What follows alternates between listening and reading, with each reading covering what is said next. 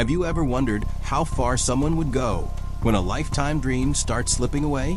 In January 1994, the world of figure skating, usually defined by elegance, sequins, and silent grace, was ripped open by an act of violence so crude and shocking that it felt unreal. This wasn't a bar fight or a late-night brawl. This was an attack inside a practice rink, on ice, with cameras nearby. Just weeks before the Olympic Games, Nancy Kerrigan was one of America's brightest skating stars. Calm, technically brilliant, and media-friendly, she represented everything the U.S. Figure Skating Association wanted to send to Lillehammer. Gold was not guaranteed, but it was very much within reach. Her rival, Tonya Harding, came from a completely different world. Raw talent, explosive jumps, and a turbulent personal life that tabloids loved to dissect. Their rivalry wasn't just athletic, it was symbolic. Two skaters, two backgrounds, one Olympic spot. On January 6, 1994, at the U.S. Figure Skating Championships in Detroit, Kerrigan finished a practice session and stepped off the ice. As she walked down a narrow hallway beneath the rink, still wearing her skates, she was ambushed. A man rushed toward her and struck her right knee with a metal baton. Over and over. The blow wasn't random. It wasn't a robbery. It was precise, targeted. The knee is everything to a figure skater. Damage it, and the Olympics disappear in an instant. Moments later, the footage that would loop endlessly on television screens across the world was captured. Nancy Kerrigan crying out in pain, clutching her knee, repeatedly shouting, "Why? Why?" Her voice echoed through the corridor, raw and unfiltered. Within minutes, what should have been a national championship became an international crime scene. At first, confusion ruled. Who would do this? Why here? How could something so violent happen in a sport so controlled? Then names began to surface. Tonya Harding, her ex-husband, Jeff Gillily, Harding's bodyguard, Sean Eckhart, a loose network of associates, debts, and half-baked plans that didn't resemble a professional hit, but somehow worked anyway. What made the crime so unsettling wasn't just the assault itself. It was the proximity. These were not distant enemies. They trained in the same circles, competed on the same ice, smiled for the same cameras, and now one of them lay injured while the other skated on. The immediate question was unavoidable. Was Tonya Harding involved? Harding denied it from the beginning.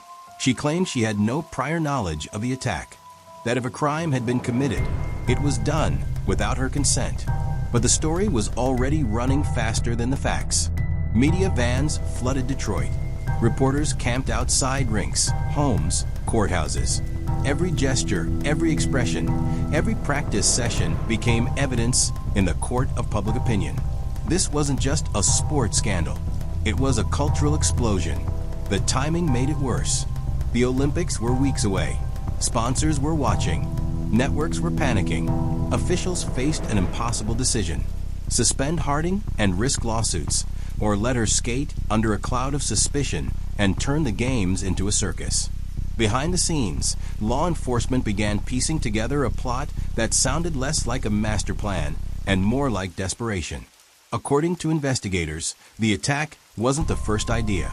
Earlier schemes allegedly included threatening letters and other attempts to intimidate Kerrigan. The goal was simple: remove a rival. The execution was reckless. And yet, it almost worked. Kerrigan's injury threatened to end her Olympic dreams entirely. Doctors evaluated swelling, ligament damage, and long-term risk. For days, no one knew if she would skate again, let alone compete for a medal. Meanwhile, Tonya Harding continued practicing. Cameras followed her relentlessly. Was she the villain, a pawn, or simply guilty by association? Every step she took on the ice carried an unspoken accusation. What made this crime uniquely chilling was how it blurred lines. It wasn't organized crime. It wasn't a faceless attacker. It was intimate, messy, amateur, and it unfolded in public under fluorescent lights and national broadcasts. This wasn't just about assault. It was about pressure, about identity, about what happens when ambition, fear, and entitlement collide. And as investigators closed in, one thing became clear. The attack on Nancy Kerrigan wasn't an isolated act of violence. It was the visible crack in a much larger fracture, one that would expose secrets, lies, and consequences far beyond the ice rink. Because the real crime wasn't just the strike to the knee. It was the decision that made it possible. When the story starts to crack, if the attack on Nancy Kerrigan shocked the world, what followed unsettled it even more. In the hours after the assault, the narrative was simple. A beloved Olympic hopeful had been brutally attacked by an unknown assailant. Sympathy poured in. Cameras lingered on Kerrigan's bandaged knee. Her tear-streaked face replayed endlessly on television. The question everyone asked was who would do this? But behind the scenes, investigators were already asking a more dangerous question. Who stood to benefit? The answer uncomfortably pointed in one direction. Tonya Harding was Kerrigan's most direct rival. Both were fighting not just for medals, but for endorsements, prestige, and legacy. Harding's career had always existed in turbulence. Historic athletic feats paired with controversies, financial strain, and volatile relationships. To fans, she was raw and unpredictable. To officials, she was difficult to manage. To the media, she was irresistible. And now, after Kerrigan was taken off the ice in pain, Harding remained. Still eligible, still skating. Suspicion didn't arrive all at once. It seeped in through inconsistencies. Police quickly identified the attacker as Shane Stant, a 22-year-old with no direct connection to Kerrigan. That alone raised eyebrows. He wasn't a stalker. He wasn't obsessed with skating. He didn't even know the sport well. When arrested, his story unraveled almost immediately. He pointed to intermediaries, names that traced back toward Harding's inner circle. Jeff Gillily, Harding's ex-husband, became central to the investigation. Their relationship had been publicly toxic, marked by domestic disputes, restraining orders, and reconciliation cycles that blurred legal lines. Gillily admitted to knowing about the attack plan after it happened. Then he changed his story. Then he changed it again. Each version made things worse. Investigators also zeroed in on Sean Eckhart, Harding's self-described bodyguard and close friend. Eckhart's behavior raised red flags from the start. He talked too much. He exaggerated his importance. He claimed to have inside knowledge of the plot, yet his timelines didn't always match reality. To detectives, he looked less like a mastermind and more like a man desperate to feel powerful. But power doesn't need to be real to be dangerous. As statements piled up, one question refused to go away. What did Tonya Harding know? And when did she know it? Harding maintained that she had no knowledge of the attack beforehand. She claimed she learned about it only after it occurred. And even then, she said she was confused and frightened. She denied orchestrating anything, denied encouraging violence, denied involvement. Yet investigators found troubling gaps. Phone records placed key figures in repeated contact. Financial stressors surfaced. Harding's training environment was unstable, her Olympic qualification uncertain. Witnesses recalled conversations that felt off, comments that hinted at hostility, resentment, or desperation. None of it was definitive on its own. Together, it formed a pattern that refused to fade. The media frenzy intensified everything. Every Harding practice session became a spectacle. Cameras zoomed in on her expressions, replayed her reactions in slow motion, analyzed her body language like forensic evidence. Was that guilt, defiance, fear, or just exhaustion? Headlines stopped asking if she was involved and began asking how much. Behind closed doors, skating officials faced a nightmare scenario. If they banned Harding prematurely and she was later cleared, lawsuits would follow. If they allowed her to compete and evidence emerged, the sport's credibility would collapse. Every decision felt like a gamble. Meanwhile, Nancy Kerrigan was racing against time. Her knee injury, while not career-ending, required immediate and careful rehabilitation. Doctors warned that rushing back could cause permanent damage. Kerrigan trained cautiously, painfully, knowing that every missed day narrowed her Olympic window. While Harding skated under suspicion, Kerrigan trained under uncertainty. And that contrast, one skater healing, the other competing, fueled public outrage. Why was Harding still allowed on the ice? As the investigation deepened, plea deals began to surface. Shane Stant confessed, describing the attack in blunt, almost casual terms. He named Gillily as the organizer. Gillily, under pressure, eventually admitted to involvement and implicated others. Each confession tightened the net. Still, Harding remained just outside it. No document proved she ordered the attack. No recording captured her approving it. What existed instead was proximity, emotional, relational, circumstantial. And in a crime like this, proximity was enough to poison everything. Public opinion hardened faster than the law. Sponsors pulled away. Crowds booed. Commentators spoke carefully but skeptically. Harding became, in many eyes, the villain whether she deserved it or not. And that judgment followed her onto the ice, into every spin, every jump, every landing. The tension reached an unbearable pitch as the Olympics approached. Two American skaters, one injured by a crime, one shadowed by suspicion, both headed toward the same global stage. And hovering over everything was a question no one could answer yet. Would the truth come out before the medals were decided, or after reputations were destroyed forever? Because at this point, one thing was certain. The attack on Nancy Kerrigan had exposed far more than a knee injury.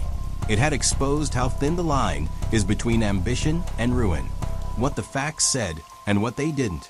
Suspicion can ignite a story, but evidence is what decides whether it burns down or collapses under its own weight. By mid-January 1994, investigators were no longer asking if Nancy Kerrigan's attack had been planned. They were dissecting how it had been planned, and most critically, who knew what, and when. This is where the case grew murky, because while the assault itself was brutally clear, the evidence surrounding Tonya Harding's involvement lived in the shadows. The first hard evidence came from confessions, not forensics. Shane Stant's guilty plea was straightforward. He admitted to striking Kerrigan's knee with a metal baton. He described the location, the timing, and the intent. His account matched surveillance footage, witness statements, and medical reports. There was no ambiguity about what happened. But Stant did not act alone.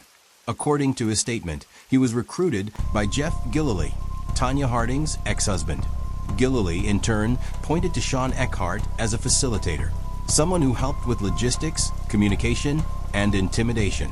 Phone records supported frequent contact among these men in the weeks leading up to the attack. This evidence established a conspiracy. What it did not establish, at least not conclusively, was Harding's role before the attack. Investigators examined phone logs closely. Calls were traced between Harding and Gillily, Harding and Eckhart, and among all parties involved. The frequency raised suspicion, but the content of those conversations remained unknowable. No recordings existed. No messages explicitly referenced an attack. In criminal cases, proximity is not proof. Next came financial records. Prosecutors looked for money trails, payments, transfers, unexplained withdrawals that could link Harding directly to the operation. None surfaced. Stant was paid, but not by Harding. The money flowed through Gillily. That distinction mattered. Then there were timelines.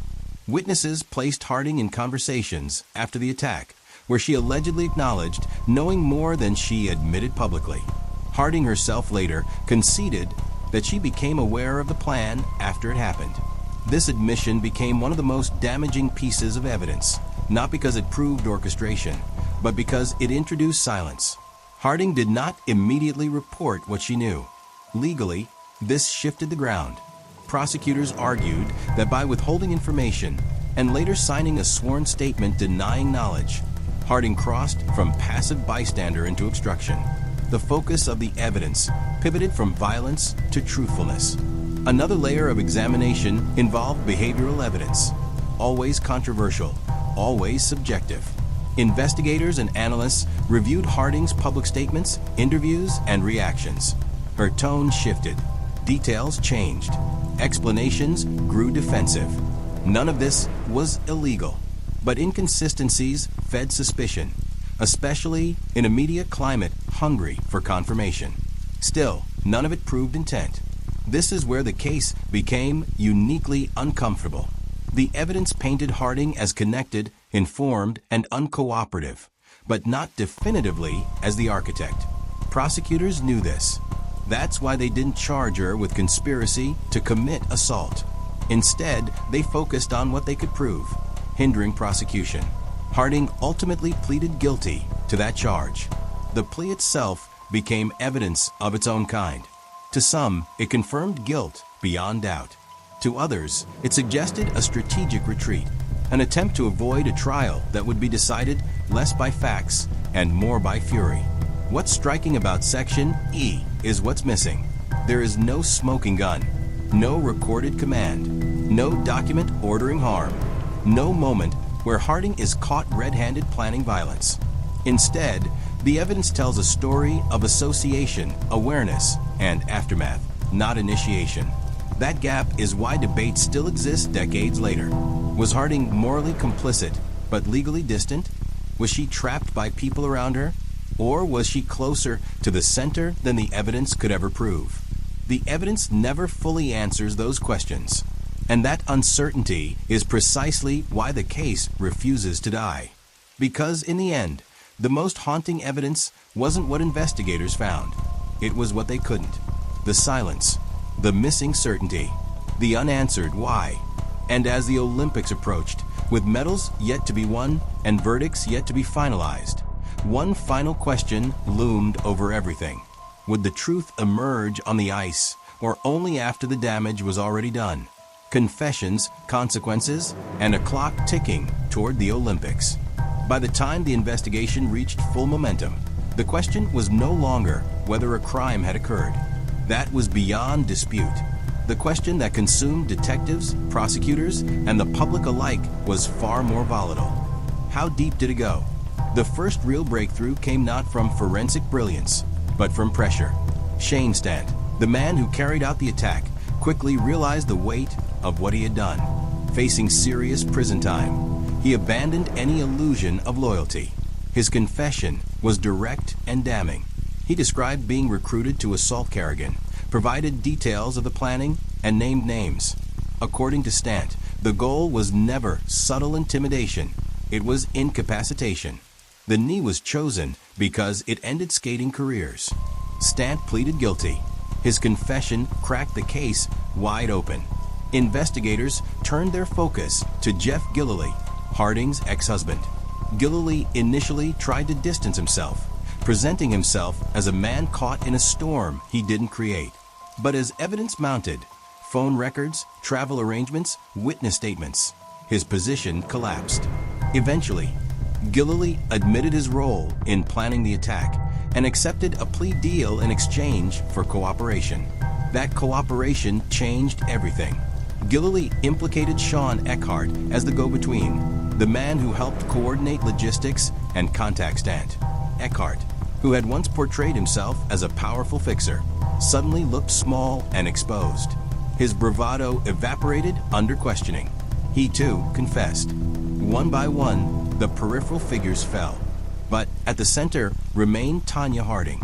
Investigators now faced their most delicate task.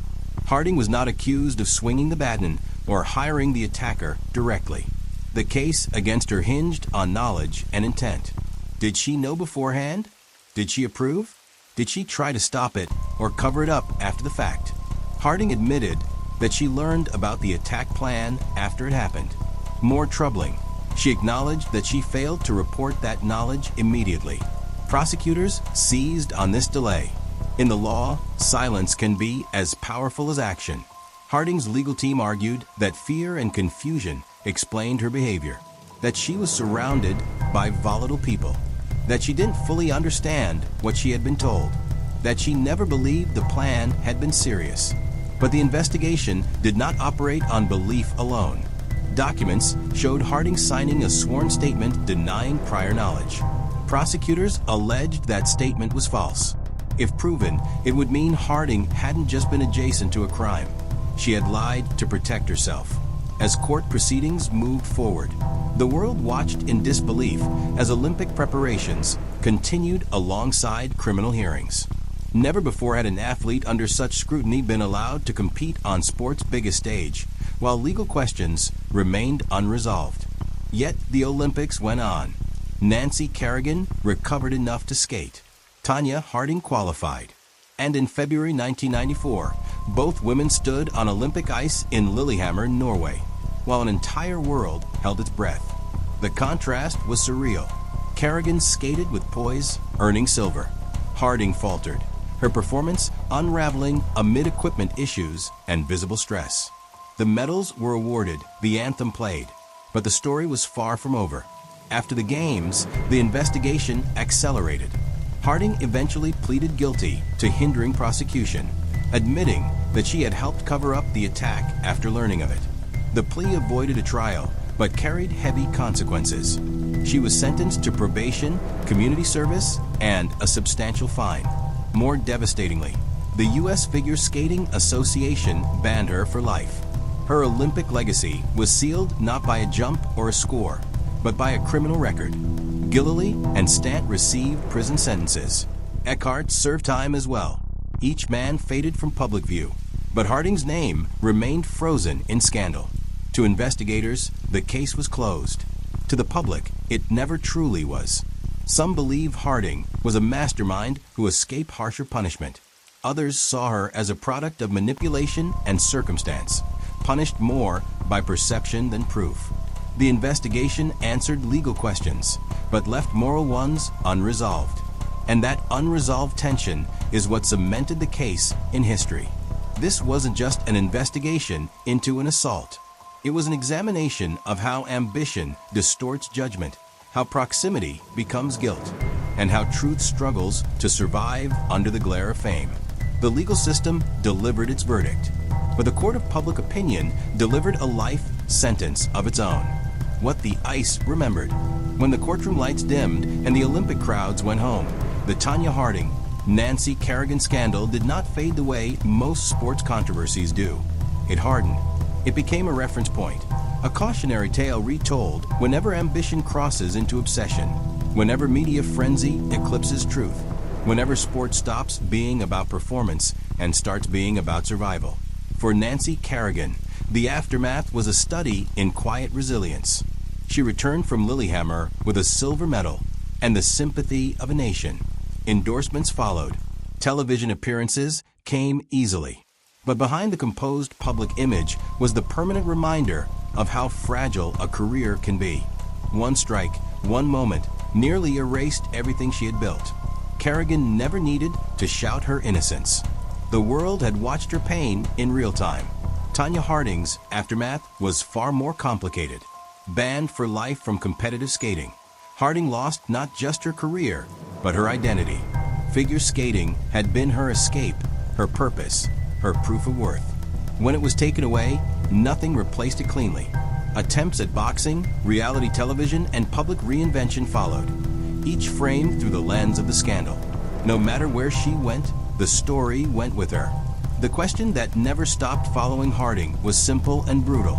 Was she truly guilty, or just forever adjacent to guilt?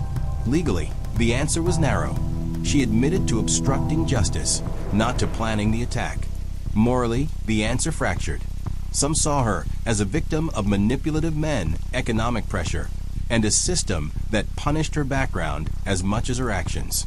Others saw her as someone who knew enough, said nothing, and benefited until the truth became unavoidable. And that ambiguity is exactly why the scandal endured. The media played a defining role. Coverage was relentless, often careless. Complexity was flattened into archetypes. The innocent princess and the villainous rival. Nuance didn't fit into headlines. Context didn't trend. Once those roles were assigned, escaping them became nearly impossible. This case changed how sports scandals were covered.